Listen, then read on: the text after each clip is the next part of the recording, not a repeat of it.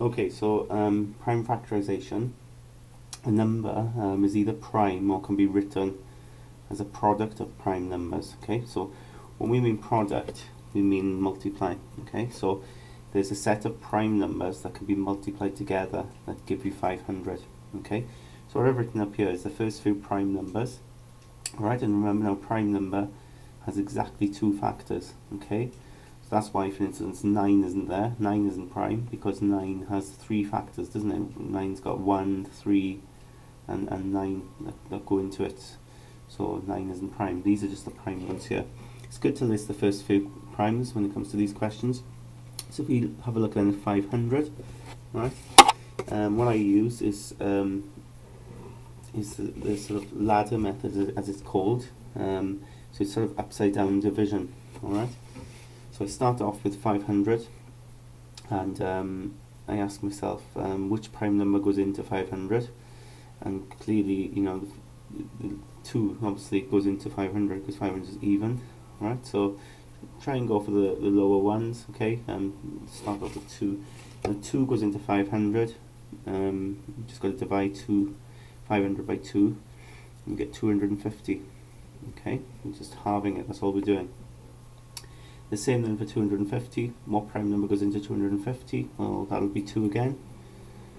2 goes into 250 125 times. Now suppose you're struggling with the division here. Don't forget, okay, this is upside down dividing. Okay, so you can use the bus stop method but upside down. So here 2 goes into 250. Well, let's work it out using the bus stop method upside down. 2 goes into 2 once, 2 goes into 5 twice, and there's a remainder of 1, isn't it? And 2 goes into 10 5 times. Okay, so 125. Now you're left with 125. 2 doesn't go into that, but 5 does. Okay, so 5 doesn't go into 1, so you can carry that. 5 into 12 goes twice, remainder 2, and 5 into 25 goes 5 times. So you're left then with 25. Of course 5 again, yeah? 5 goes into 25 5 times, and then you've got 5, and quite simply, of course, what prime number goes into 5? Well, it's just 5, isn't it? 5 goes into 5 once. And when you're left with 1 here, you're finished, you're complete. And you've got then the prime factorization here.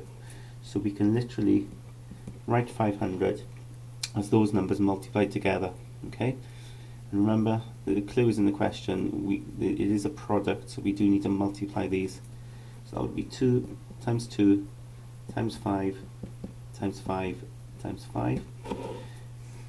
Index form, okay, means that we need to write these as powers. So that would be 2 cubed, no, not 2 cubed, 2 squared, yeah? Okay, got to be careful there. 2 squared, because there's 2 of them, times 5 cubed, because there's 3 of them. Okay, so 2 squared times 5 cubed is my answer. The part B says, write down the least positive whole number that 3 squared times 7 cubed must be multiplied by to make the result a perfect square.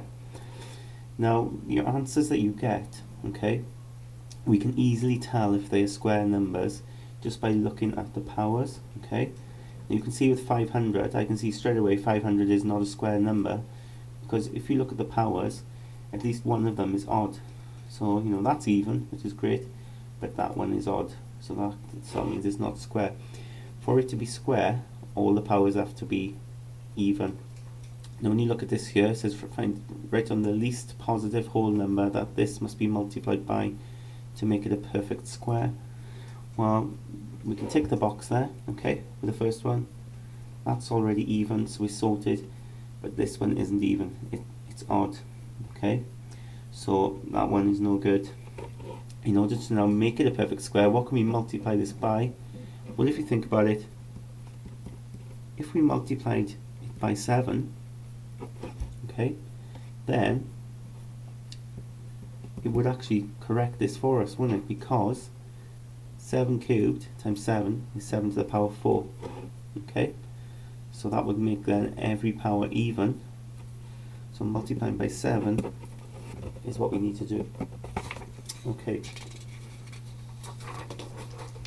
Next question.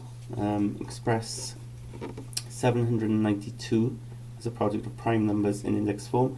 Again, my advice to you, just remember those first three prime numbers. So we start off with 792.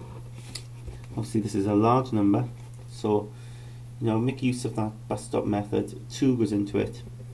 Now I don't know what this is divided by 2, so I'm going to break it down. 2 into 7 goes 3 times. Of course 2 goes into 7 3 times, but there's a remainder of 1, isn't there? So I write that there. 2 into 19 goes 9 times. And of course 9 times 2 is 18, so there's a remainder of 1. And then 2 into 12 goes 6 times. Okay, so we're left with 396. Again, 2, is even, ends in a 6, so 2 goes into it. 2 goes into 3 once, remainder 1. 2 goes into 19 9 times, remainder 1. And 2 into 16 goes 8 times, so 198. Again, it ends in an 8, so I can go for 2 again. 2 doesn't go into 1, carry it. 2 into 19 goes 9 times, remainder 1.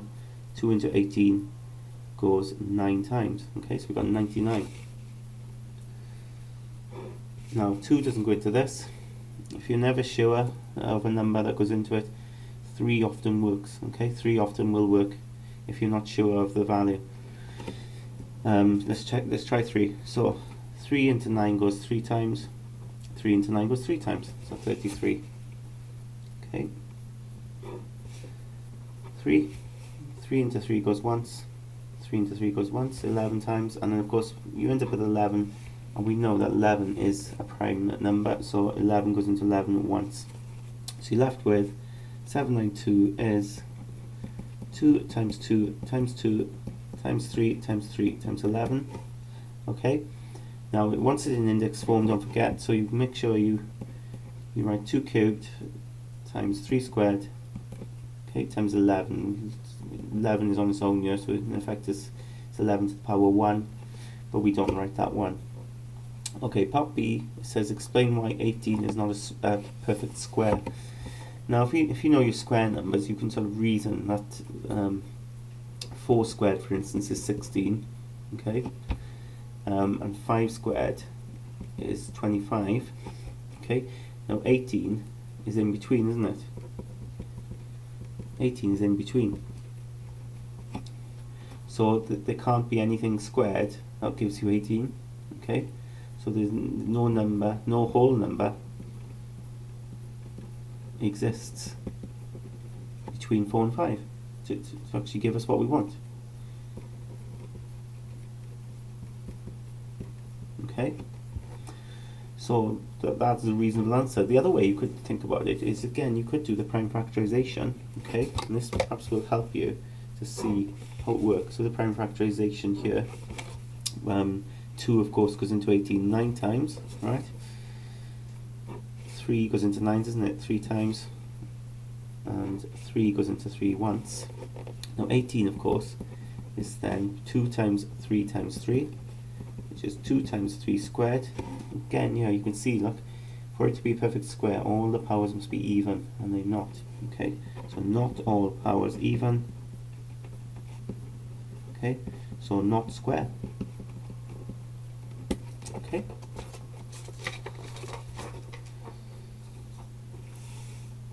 Just a bit more practice here with this. 150, write it as a product of primes. Okay, so 2 goes into it, 75 times. 75, 5 goes into that, doesn't it? 5 goes into 7 once, remainder 2. 5 goes into 25 5 times. 3 goes into 15 5 times. And then 5 goes into 5 once.